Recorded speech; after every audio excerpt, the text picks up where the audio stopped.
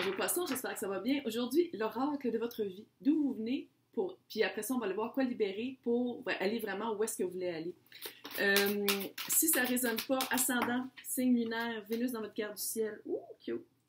Sinon, ça se peut que je parle à des espions, du monde qui regarde pour les signes de d'autres personnes. Et sinon, laissez-vous évoquer par les titres. Tout le monde est bienvenu ici. Ouf, yes!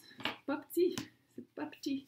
Si ça ne vous intéresse pas les oracles, je fais 2 tirages par semaine, dont la plupart sur l'amour et le sentimental et le relationnel. Fait vous avez amplement le choix. Vous êtes en train de vous guérir. Je suis très contente parce que vous êtes en train de vous guérir. J'ai l'impression que il y a eu dans votre jeunesse un abandon familial qui a fait un trigger, qui a fait déclencher le sentiment de culpabilité. Probablement un des 2 parents, ou peut-être même les 2, à certains niveaux, ont abandonné la famille, puis vous sentez que vous étiez responsable. Puis je pense que ça se redouble dans votre vie, dans le relationnel, soit avec les conjoints-conjointes, soit avec tout ce qui est amis, même relation au travail. Ça revient tout le temps. Puis ça fait toujours le sentiment de culpabilité, puis j'ai l'impression que ça se répercute sur votre enveloppe charnelle. Cutting, anorexie, boulimie, trop manger ses émotions. Il y a vraiment quelque chose qui trigger ça, puis à chaque fois, peut-être que c'est un automatisme que vous commencez à vous rendre compte parce que, Amen, sister, guérison d'âme. Vous êtes vraiment en train de vous rendre compte que ça ne marche plus pour vous, que l'abandon familial, vous n'étiez pas coupable, vous étiez un enfant. Vous n'avez absolument pas rapport là-dedans. Puis si c'était un parent qui est parti parce qu'il n'était pas capable d'être responsable d'un enfant, mais c'était son problème à lui ou à elle. C'était pas votre faute à vous. Vous êtes juste né, là. Je veux dire, ça peut pas être votre faute. Mais c'est vraiment d'aller voir dans le redoublement. Redoublement dans le relationnel, j'ai l'impression que ça revient tout le temps. Ou souvent, vous sentez abandonné. L'abandon fait un trigger, fait un déclenchement du sentiment de culpabilité. Donc, ça va être vraiment de libérer ça. De libérer ça avant que ça devienne vraiment un problème dans le médiumnité. Par rapport à les guérisons d'âme. Ouais. Ouh! Ça va tout être de travailler le chakra coronal et le 3e œil. Avec les médiumnités. Peut-être que même ça fait longtemps que la médiumnité est dans vous. T'sais, je veux dire, c'est pas quelque chose que tout à coup on l'est. Hein? On est né avec. C'est juste que j'ai l'impression que dernièrement, ça s'est développé. Vous voyez des signes, vous voyez des chiffres qui se répètent, vous avez des noms de personnes qui reviennent tout le temps. Dans des chansons, vous faites comme « C'était-tu pour moi, ce message-là? » Il y a tous des signes, des plumes qui passent, vous faites des rêves prémonitoires, vous entendez des choses que les autres n'entendent pas, sans être schizophrène. J'ai été testée, non? Il y a vraiment, chakra du 3e œil, c'est vraiment un regard intuitif, c'est vraiment un regard à l'intérieur, c'est vraiment de voir des choses que les autres ne voient pas. Puis le coronal, c'est vraiment le top, c'est vraiment si vous croyez à Dieu, la source, l'univers, c'est vraiment la connexion avec ça pour bien vous aligner. Peut-être faire un petit peu de méditation si ça vous intéresse, mais une méditation, pas obligé d'être assis de même. Hein. Tu peux le faire en marchant, tu peux le faire en faisant... C'est méditatif, fait que dès que ton cerveau arrête de penser, puis surtout des sentiments de culpabilité, puis le redoublement qui revient tout le temps, pourquoi ça m'arrive, comment ça se fait que ça m'arrive toujours comme ça, ça se répercute sur l'enveloppe charnelle. C'était aussi du stress, hein. Je disais que c'était que ça allait vers un automatisme, peut-être avec la bouffe, mais ça peut être aussi le stress. Un gros stress intense, on perd ses cheveux, on a les cheveux gris jaunes, il y a comme un stress qui se répercute, fait que c'est d'aller vraiment guérir ça, vraiment d'aller guérir cette blessure-là, les 5 blessures d'enfant intérieur, regardez le livre, les 5 blessures, c'est comment ça s'appelle, les 5 blessures de l'enfant intérieur de... Je pense que c'est Maria, quelque chose. Mais en tout cas, il est facile à trouver.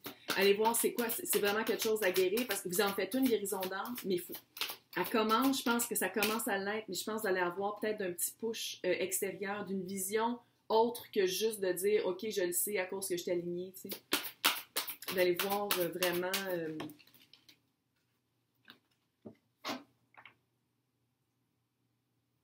Ok, là, c'est le chakra du cœur. Il se passe des choses, puis il se passe tellement des choses que tout bouge maintenant. Wow! Wow! OK.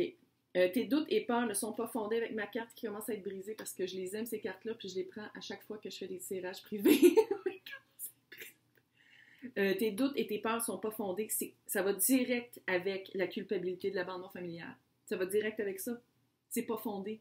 C'est pas fondé. T'es un enfant, fuck, allô, là. Fait que c'est vraiment d'aller travailler ça. Va voir un thérapeute. Tu sais, sérieux, là, ça vaudrait la peine d'aller voir un thérapeute pour ça. Oui, toutes les médecines non traditionnelles, moi je suis super pour ça, là, mais pour quelque chose de aussi profond que ça, qui se répercute sur l'enveloppe charnelle, que ce soit en stress ou autre, c'est vraiment d'aller bien nettoyer ça, bien guérir, mettre un beau petit baume avec un beau petit plaster cute, puis que ce soit guéri, tu sais, que ça vienne pas, que ça se répercute plus avec les redoublements ailleurs, parce que là, it's coming. Prise de conscience de ton âme sœur. Ça peut être aussi au niveau subtil. Dans la médiumnité, clairement, vous avez peut-être une connexion âme sœur spirituelle, et pas loin de la flamme jumelle, on va le dire. Fait que, vu qu'il y a une âme sœur spirituelle avec prise de conscience de ton âme sœur, que vous connaissez la personne ou que vous la connaissez pas, c'est dans le 5D. C'est dans le monde subtil que j'ai l'impression que quand ça va décliquer, quand il va y avoir un travail de fait, puis un travail, là, c'est pas nécessairement comme à l'école qu'on étudie puis on prend des notes, c'est pas nécessairement ça. C'est juste de nommer des fois le sentiment, d'aller voir qu'est-ce que ça déclenche puis où est-ce que ça se répercute pour qu'une fois qu'on est face à une autre situation qui pourrait déclencher ça, de ne pas le déclencher puis de faire OK, je vais répondre à place de réagir. C'est vraiment ça. C'est pas compliqué. Pas compliqué. Mais tout bouge maintenant. Je pense vraiment qu'il y a un gros déclic, gros frisson. Il y a vraiment un gros déclic qui se fait, soit en ce moment, qui est en train de se faire dans le monde subtil, puis qui va se répercuter. Fait que c'est vraiment de l'amener aussi dans le 3D. Surtout avec l'enveloppe charnelle, ça c'est 3D et demi. Là. Fait que c'est vraiment d'aller régler tout ce que ça déclenche, ça, par rapport à l'abandon familial, puis au redoublement. Clairement, j'ai l'impression que dans le relationnel, avant, vous étiez toujours avec des personnes qui abandonnaient ou vous les abandonniez avant qu'ils puissent le faire. Puis c'était ça, puis Monet, vous avez fait comme, OK, non, ça marche plus, là. Ça marche plus. C'est trop, ça marche plus. Oh, tellement cute, vous allez aider les personnes qui sont comme vous. Oh yes, allez voir un chaman. Ouais, guérissant. Hey, c'est toutes des affaires de guérison.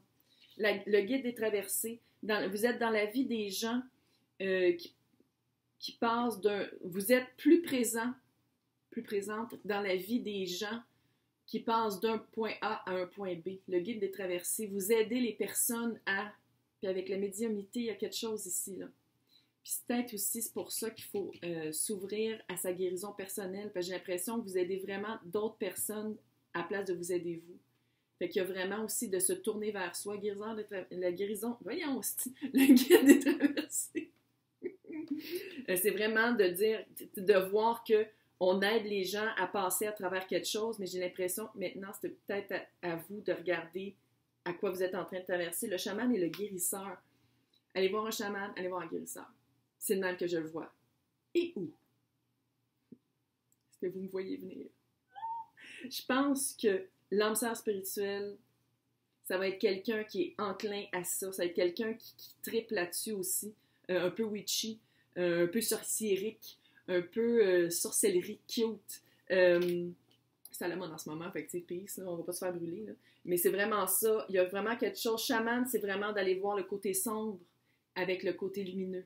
On en a tous. De dire qu'on est juste lumineux, c'est impossible, sinon on serait pas sur Terre.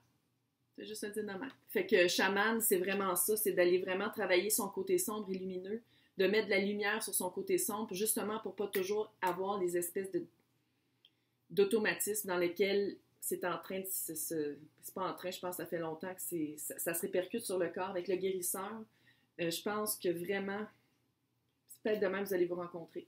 Je vais juste le dire comme ça, j'ai une petite vibe que ça va être peut-être quelqu'un qui va pouvoir vous aider.